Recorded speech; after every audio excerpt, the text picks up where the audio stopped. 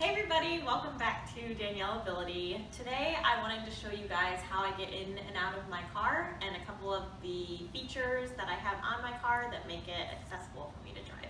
So this is how I get in my car.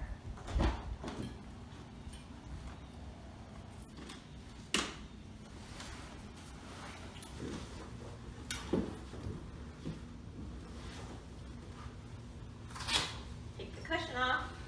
Put that on the floor on the passenger side.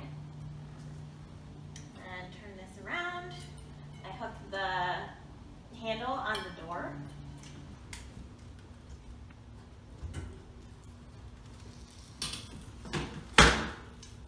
Pop the wheels out. Put those in the back. Bring it over. And I hook the foot plate on the passenger side headrest. Just like that. Seat up. Good to go. So these are the hand controls. It's very simple. Basically, you just push it for brake and pull it for gas.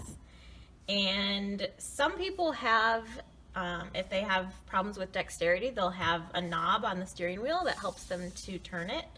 Thankfully, I don't have a problem with that, so I don't have one, but there are a couple other add-ons that are available if you need them. And basically, the hand control just attaches down to the pedals. So a able-bodied person can also drive the car normally. They are just attached. It doesn't affect how the car functions in any way. It's pretty simple. So then to get out, it's basically the reverse process.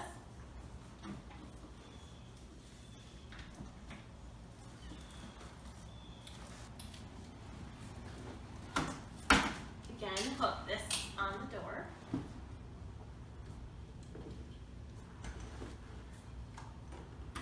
Put the first wheel in, and as I'm doing that, I have my arm on the door for balance. Turn it around. Pop the second wheel in.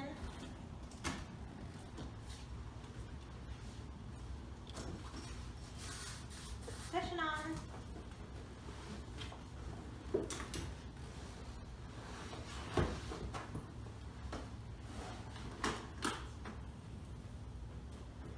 Good to go.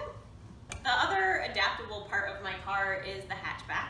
Every car that I've had is a hatchback, and that is because it enables me to easily put things in the back without having to be at a weird angle in the back seat or whatever.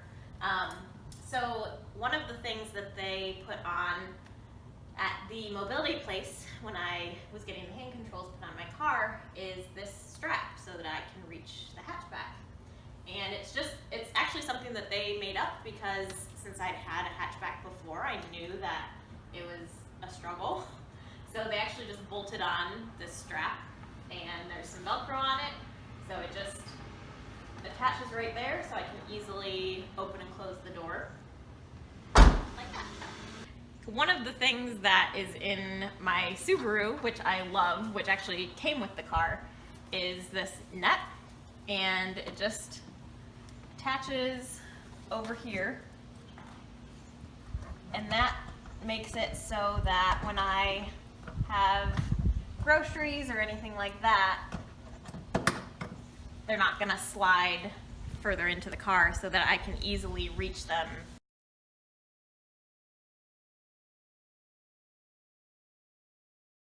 The biggest reason that handicap spots are the best place for me to park is because I need that extra space to open my door all the way. Otherwise, my chair isn't close enough for me to reach it to take it apart. And when I'm taking it apart, I need room to be able to turn it around so I can take off the wheels. And if I'm not parked in a handicap spot, there's not the room to do that. I need those lines that you see next to a handicap spot.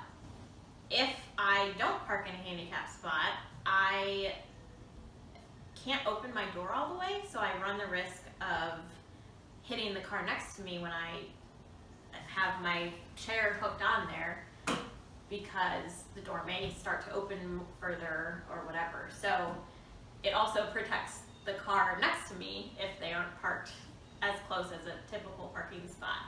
And the other thing is that it doesn't necessarily matter for me for the spots to be right next to the building. I don't really care about where I park, although that is something that some people do require.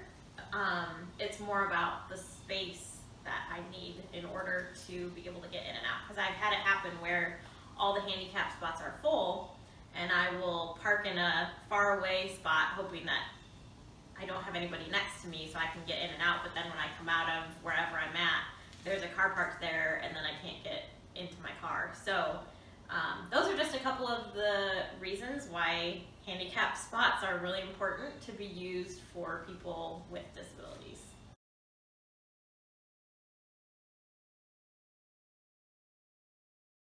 No, so mine is a lightweight chair. It's made out of titanium, and that's one of the reasons it's so easy to lift and all of that. So it's definitely made to be more of a sporty type chair that's easy to work with and that kind of thing. But some people obviously have motorized, and those are a lot heavier. So those are the kind of chairs where they would either have a lift into their vehicle, or some people who use a motorized chair aren't able to drive because they don't have the motor skills and that kind of thing. So it really just depends. As usual, this is like my experience and what I'm able to do, but it's going to be different for everybody. So.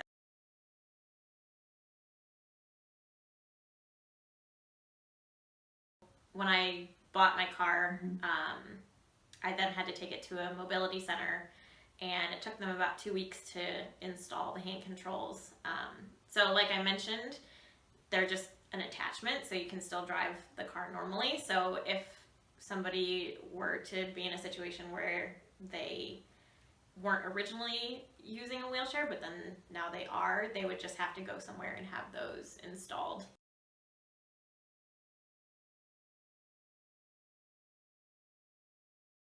I did, yeah. So I thankfully had access to another car that I could use to do my temps and get all the practice driving in that I needed to. And then I got my car shortly before I turned 16, so that I had that to take my test. And then I've been driving ever since. Cool.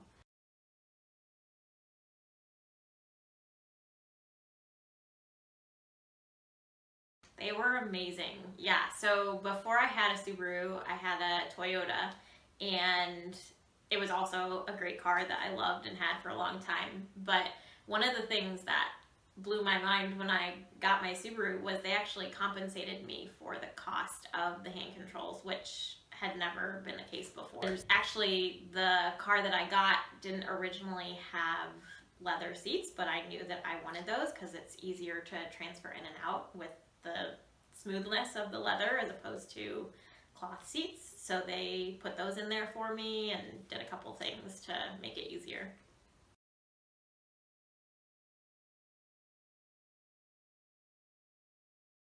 All the time.